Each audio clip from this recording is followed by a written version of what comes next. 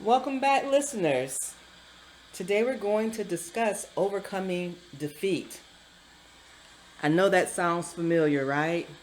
Now, if you're fortunate enough to have never had defeat, you've never come into a situation where potentially you have been overwhelmed or felt that you cannot make it or you don't want to do it for whatever the reason. I know for myself, I had goals. When I was a young lady, say in my teenage years, I just knew I had a plan. I had my 5 year plan. I had my 10-year plan. I had developed the vision for what it is that I wanted to attain. I knew how I was going to get there, and it was going to be so easy because I had it mapped out. I had it written in my mind. I had it written on tablets. I had everything the way it was supposed to be. Oh, lo and behold, as it does, life settles in.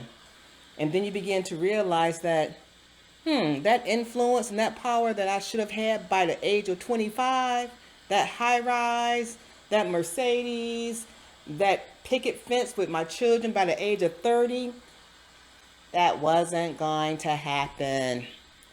I mean, I had the house, I had the children by the age of 30, at least I had one.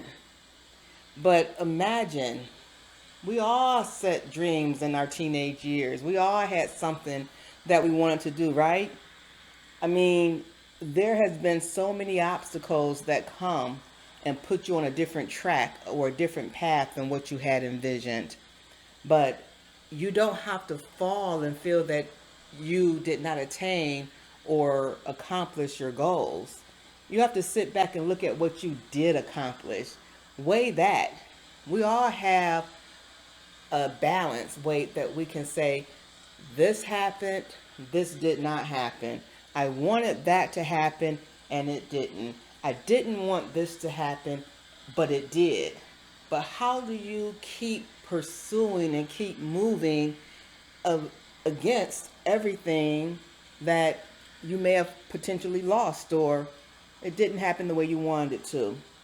Well, for me, I like to reference quotes. I like to look at examples, and there are some people who we know rose from the ashes. They overcame obstacles. They maintained a you can do it spirit and reclaimed their lives. I mean, think about it. Bill Gates was a Harvard dropout. Did that affect him? Nope. Because as we know, he went on ahead and found Microsoft. Edison, the inventor of the light bulb, it didn't just happen for him at the click of a switch. He failed 10,000 times. But then instead of taking that 10,000 times as a failure, he said it was 10,000 times that it didn't work. The patience, the persistence, the drive that he had to have. Now, many of us, if we try something once, maybe 2 or 3 times, and it doesn't work, we give up. It can be the simplest thing as far as trying to put together a curio cabinet or a wall unit or a whatever. There are things that we try to put together and it just doesn't work. And we give up and we'll call somebody else to come in and do it. I ain't got time for that. We're not going to take all day to figure something out. But he did 10,000 times. We've all had a chance to experience different times in our lives where things just didn't work. And I don't want us to ever give up. You got to pick up the pieces and keep trying, no matter how many times you've done it, no matter how many years it takes.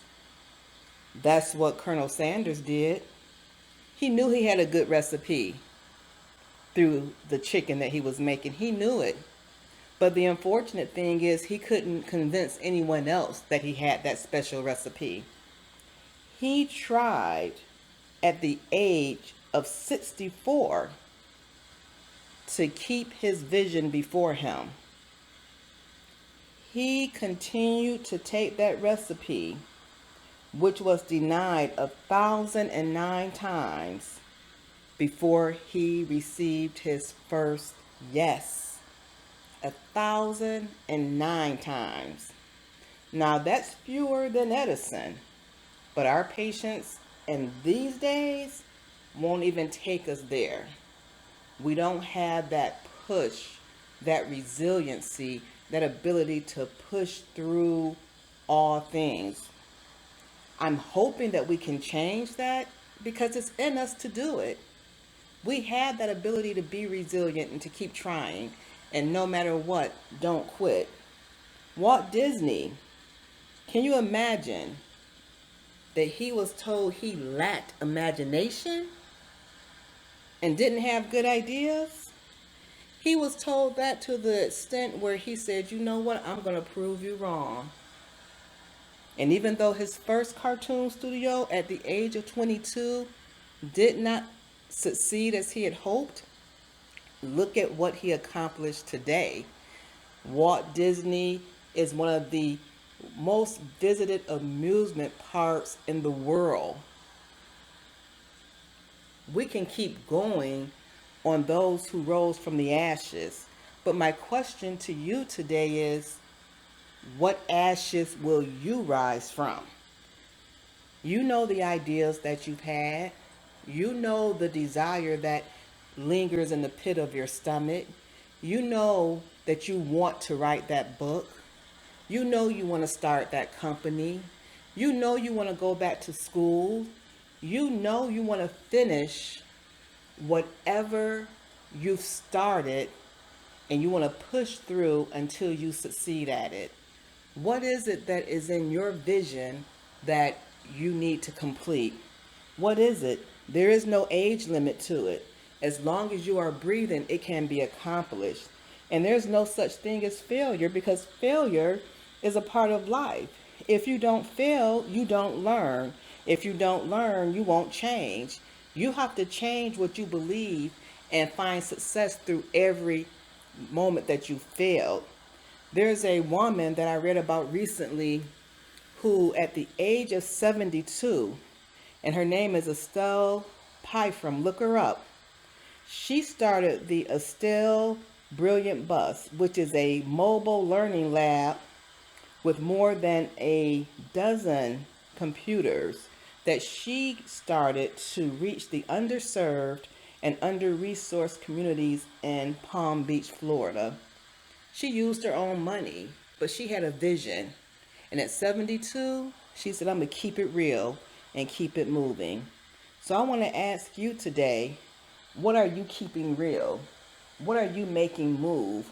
What is it that you know you can rise from the ashes, yet accomplish, and yet succeed? Do not let defeat hold you back. Push through, accomplish your goals, be blessed, and I will speak to you again soon.